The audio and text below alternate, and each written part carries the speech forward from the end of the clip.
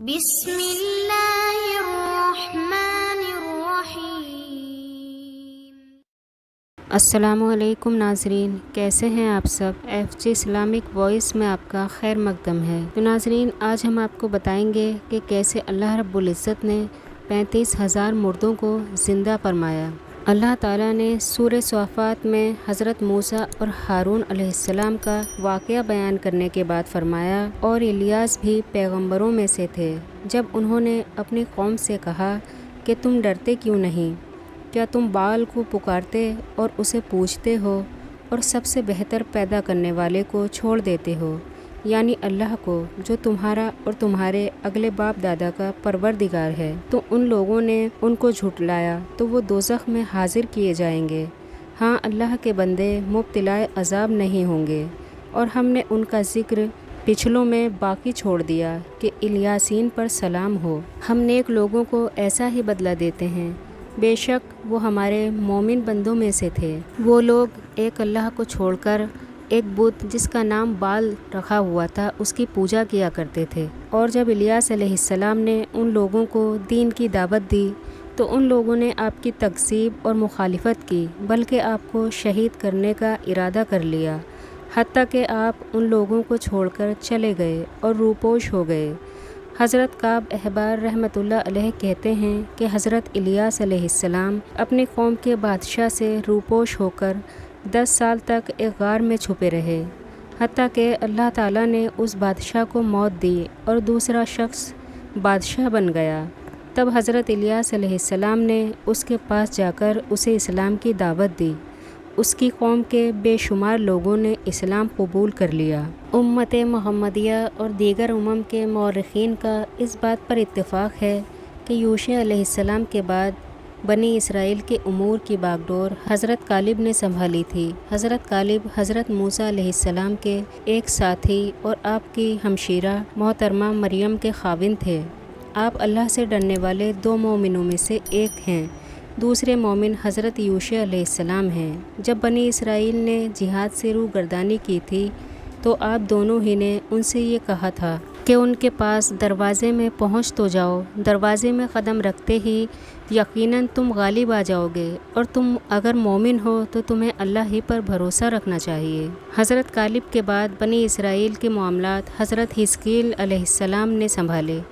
آپ ہی نے دعا کی تو اللہ تعالیٰ نے ان ہزاروں لوگوں کو زندہ کیا جو موت کے ڈر سے اپنے گھروں سے نکل گئے تھے۔ اللہ تعالیٰ نے ارشاد فرمایا، کیا تم نے انہیں نہیں دیکھا جو ہزاروں کی تعداد میں تھے اور موت کے ڈر کے مارے اپنے گھروں سے نکل کھڑے ہوئے تھے؟ اللہ تعالیٰ نے انہیں فرمایا، مر جاؤ، پھر انہیں زندہ کر دیا۔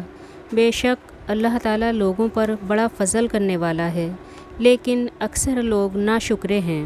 تو معاملہ یہ تھا کہ واسط کے قریب ایک شہر میں طاعون پھیل گیا تھا۔ وہاں کے اکثر باشندے وہاں سے نکل کر ایک قریبی مقام پر جا ٹھہرے۔ پھر یہ ہوا کہ شہر میں ٹھہرے رہنے والے اکثر لوگ مر گئے اور دوسرے محفوظ رہے جو وہاں سے چلے گئے تھے۔ ان میں سے زیادہ لوگ نہ مرے۔ جب وبا ختم ہوئی تو وہ لوگ صحیح سلامت شہر میں واپس آ گئے۔ تب شہر میں ٹھہرنے والوں نے کہا، ہمارے یہ ساتھی ہم سے زیادہ سمجھدار تھے، اگر ہم بھی انہی جیسا طرز عمل اختیار کرتے تو ہم بھی بچ جاتے۔ اگر دوبارہ طاعون پھیلا تو ہم بھی ان کے ساتھ شہر سے دور چلے جائیں گے۔ اگلے سال طاعون شروع ہوا تو یہ سب لوگ، جن کی تعداد تقریباً 35,000 تھی، سب کے سب نکل کھڑے ہوئے اور اس وسیع میدان میں جا ٹھہرے۔ پھر ایک فرشتے نے وادی کے نشیب کی طرف سے اور دوسرے فرشتے نے بالائی سمت سے آواز دی، مر جاؤ۔ وہ سب مر گئے اور ان کی لاشیں اور ہڈیاں وہاں پڑی رہیں۔ ان کے ارد گرد ایک باڑ بن گئی تاکہ درندے ان تک نہ پہنچیں۔ پھر اس دوران میں وہاں سے ایک نبی حضرت حزقیل علیہ السلام کا گزر ہوا تو وہ انہیں دیکھ کر رک گئے اور سوچنے لگے اور افسوس کرنے لگے۔ آپ اس بات پر تعجب فرما رہے تھے کہ اللہ تعالیٰ کی قدرت و طاقت کتنی عظیم ہے کہ انہیں اچانک پکڑ لیا اور اتنی بڑی قوم ختم ہو گئی۔ اللہ تعالیٰ نے آپ کی طرف وحی نازل فرمائی کہ کیا آپ دیکھنا چاہتے ہیں کہ میں ان کو کس طرح زندہ کروں گا؟ حضرت حزقیل علیہ السلام نے کہا جی ہاں۔ پھر آپ سے کہا گیا کہ آواز دیجیے۔ آپ نے ان لوگوں کو پکار کر کہا اے ہڈیوں، اللہ تعالیٰ تمہیں حکم دیتا ہے کہ اکٹھی ہو جاؤ۔ یہ سن کر ہڈیاں ایک دوسرے سے جڑنے لگیں، حتیٰ کہ ہڈیوں کے پورے ڈھانچے بن گئے۔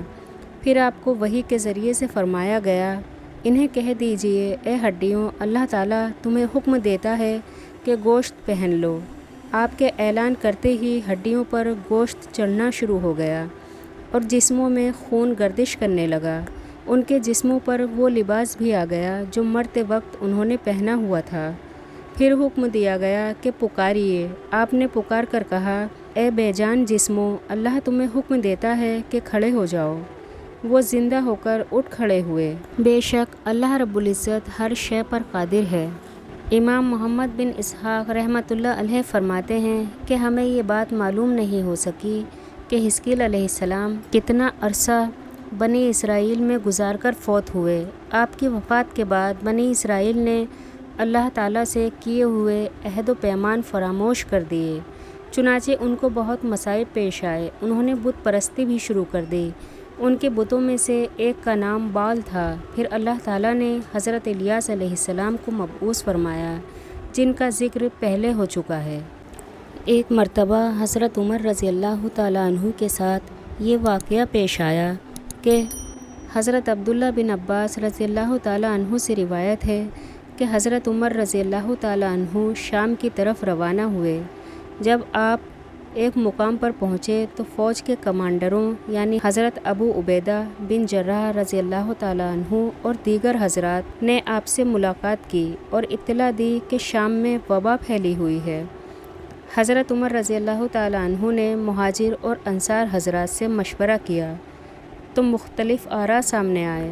حضرت عبد الرحمن بن عوف رضی اللہ تعالیٰ عنہ کسی کام سے گئے ہوئے تھے، اس لیے مشورے کے موقع پر موجود نہ تھے۔ جب انہیں معلوم ہوا تو حضرت عمر کی خدمت میں حاضر ہو کر انہوں نے فرمایا اس مسئلے کے بارے میں میرے پاس شرعی حکم کا علم موجود ہے۔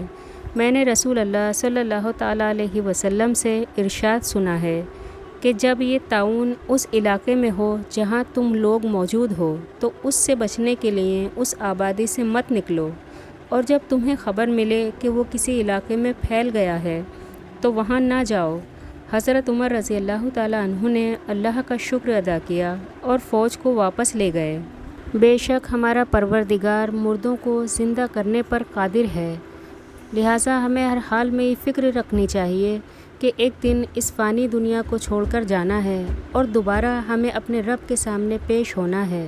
اللہ رب العزت ہمیں تمام گناہوں سے محفوظ رکھے اور ایمان پر موت نصیب فرمائے، آمین۔ تو آج کے لیے بس اتنا ہی، انشاءاللہ اگلی ویڈیو میں پھر حاضر خدمت ہوں گے۔ اللہ حافظ۔ چینل کو سبسکرائب کریں، ویڈیو کو لائک اور شیئر کرنا نہ بھولیں۔